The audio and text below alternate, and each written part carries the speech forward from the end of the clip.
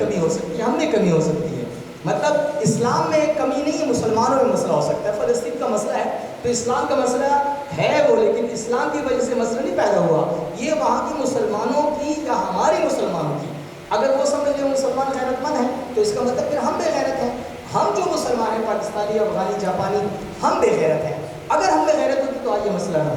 تو یہ اسلام کے ساتھ اس کا تعلق نہیں ہے.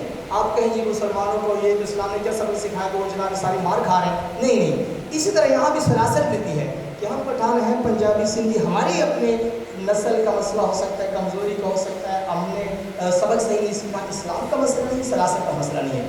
تو بزرگ تو اچھا سبق دیتے ہیں. بعد میں ان کی مرید کچھ نالائق نکل آئے، کمزور نکل آئے، تو ان کی غلطی ہے.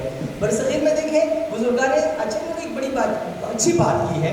شاہ صاحب بھی بات کریں گے، ان کو جانا ہے کہیں تو ہماری بالکل یہ اجازت ہے کہ بات کر کے اور آپ جا سکتے ہیں. بس 5 منٹ کی گفتگو ہے. کچھ مشاعر نہیں ہے، وہ کم ہو گئے 5-6 سال، اور اس کا ٹائم اگر کوئی اور لے لے تو لے سکتا ہے، کوئی پرابلم نہیں ہے. اور اگر کسی نے جلدی جانا ہے تو ٹھیک ہے، 3 بجے تک ٹائم ہے، لگ کر وہاں تک ملے گا انشاءاللہ. سب کو ہماری تو خواہش ہے رکھیں. تو جو شارٹ کٹ بات یہی ہے کہ بزرگوں نے حکمت کے تحت، سیدنا شیخ عبد القادر جیلانی اپنے حکمت کے تحت مستنصر باللہ اور کون سے بڑے بڑے خناس اور جبار بادشاہوں کا مقابلہ کر کے انہوں نے اسلام کی اور تصوف کی خدمت کی. جب ہم برصغیر کی طرف آتے ہیں تو ادھر خواجہ معین الدین چشتی ہیں، وہ پنڈت مردت بڑے بڑے جادوگر، ان کا انہوں نے مقابلہ کیا. ٹھیک ہے. خواجہ داتا گنج بخش، یہ بھی پتہ ہونا چاہیے کہ داتا گنج بخش کی کون سی کتاب ہے، کشف موجود. اس طرح رسالہ کو شہریہ، یہ تصوف کی کتابیں لوگوں کو پتہ نہیں، وہ خریدے بازار سے پڑھے.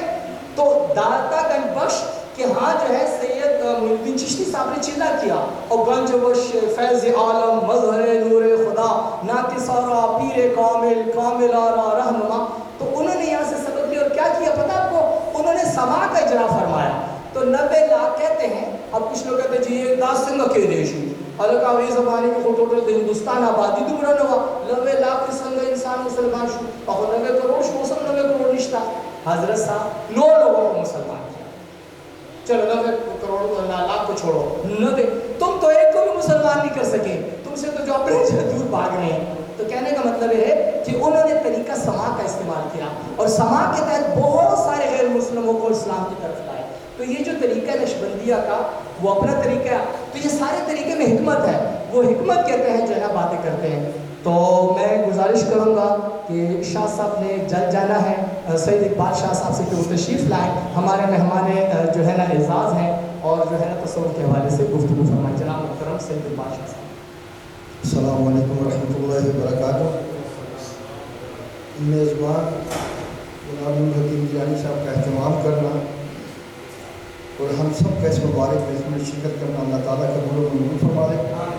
مولانا صاحب نے بڑی مدلل تقریر کی، حضرات نے جو بھی آئے مقرر ماشاء اللہ اپنے طور پہ سب نے اچھی اچھی باتیں کی، ہم نے سیکھی ان سے باتیں. میرا تو علم ہے نہیں، بہرحال تو کوشش کرتا ہوں کہ 2-4 منٹ آپ کے لے لوں اور اچھی طریقے سے 2-4 باتیں کر لیں. حضرات محترم، چاہے تصوف ہو، چاہے تزکیہ نفس ہو، شریعت و طریقت ہو، پہلی شرط یہ ہے کہ اپنے آپ سے میں ختم کی جائے. جس نے میں ختم کر لی، ولایت کی پہلی سیڑھی میں ختم کرنا ہے. میں ختم کر لی، بات بن گئی. اور پہلی درسگاہ تصوف کی جو سب سے پہلی درسگاہ ہے وہ حضور نبی کریم صلی اللہ علیہ وسلم کا دربار عالی شان. پہلی خانقاہ جو قائم ہوئی وہ حضور صلی اللہ علیہ وسلم نے اصحاب صفہ کی شکل میں قائم کی. یہ پہلی خانقاہ ہے، تصوف کی پہلی خانقاہ. اور انہی کی تقلید کرتے ہوئے ابوالہاشم صوفی مشہور شخصیت ہے، انہوں نے رملہ میں ایک تربیت گاہ، درسگاہ کہہ لیں، خانقاہ کہہ لیں، وہ قائم کی اچھی تربیت کے لیے. حضرت سفیان ثوری رحمۃ اللہ علیہ فرماتے ہیں کہ یہ ابوالہاشم صوفی نہ ہوتے تو میں ریاکاری میں پھنس جاتا. حضرات دیکھیں، قرآن اٹھا کر دیکھیں، قرآن میں آپ کو متقین کا لفظ بھی ملے گا، ابرار کا بھی ملے گا، ذاکرین کا بھی لفظ ملے گا، محبین کا بھی لفظ ملے گا. یہ کون لوگ ہیں؟ یہ یہی صوفیاء ہیں. لیکن حضور صلی اللہ علیہ وسلم کے در سے تزکیہ نفس بھی ملتا ہے، شریعت بھی ملتی ہے، ولایت بھی وہاں سے ملتی ہے۔ پھر آپ دیکھتے ہیں خواجہ حسن بصری رضی اللہ تعالیٰ عنہ، یہ بہت چھوٹے تھے، حضور کے در میں پلے، اپنے گھر میں، آپ کے گھر میں یہ پلے بڑے۔ تو ایک مرتبہ حضور نبی کریم صلی اللہ علیہ وسلم کا وضو کا بچا ہوا پانی پی لیا۔ حضور نے فرمایا اتنا علم اس کو منتقل ہو گیا۔ اب علم تو وہاں سے مل گیا، پھر حضرت علی کرم اللہ وجہہ الکریم کی طرف آتے ہیں، ولایت وہاں سے ملتی ہے۔ اس سلسلہ وہاں سے چلا۔ آج کچھ لوگ کم علمی کی وجہ سے، ناسمجھی کی وجہ سے طریقت اور تصوف کے بارے میں الٹی سیدھی باتیں کرتے ہیں، ان کا علم ہے نہیں، انہوں نے کچھ سیکھا ہی نہیں۔ کہ دیکھیں سیکھنے کے لیے بہت وقت درکار ہے۔ حضرت امام ابو حنیفہ رحمہ اللہ، یہ ایک بات آپ کو پوری زندگی کام آئے گی کہ آپ نے 10 سال امام احمد کی شاگردی کی، 10 سال۔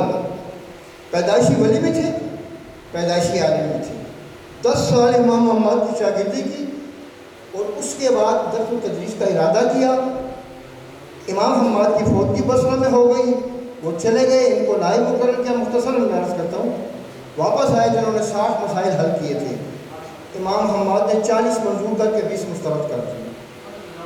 امام ابو حنیفہ رحمہ اللہ نے ارادہ کیا کہ جب تک میرا استاد زندہ ہے میں شاگردی رہوں گا، میں اپنی درس و تدریس نہیں ہوں۔ امام ابو حنیفہ جیسی شخصیت، ادھر تو آپ 2-4 کتابیں پڑھ کے تو کوئی تصور کے باتیں، الٹی سیدھی باتیں، اور کوئی پیروں کے بارے میں کرتے ہیں، کوئی اولیاء کے بارے میں کرتا ہے، عجیب بات ہے۔ ولایت امام الاولیاء تو حضرت علی کرم اللہ جو کریم ہے، حسن بصری کو ولایت وہاں سے ملی، پھر آپ نے کیسے تھے وہاں، تصوف کیسے وہاں سے چلا۔ بشر حافظ رحمۃ اللہ ساری عمر شراب پیتے رہے، آپ کے قدم میں وہ آئے تو ولی اللہ بن گئے، اماموں کے استاد بن گئے۔ حبیب ادبی کتنا بڑا مقام ہے، یہ سود کا کام کرتے تھے، اس در پہ آئے خواجہ حسن بصری کے، سود سے کس مقام پہ پہنچ گئے، تصوف یہاں سے پہلا۔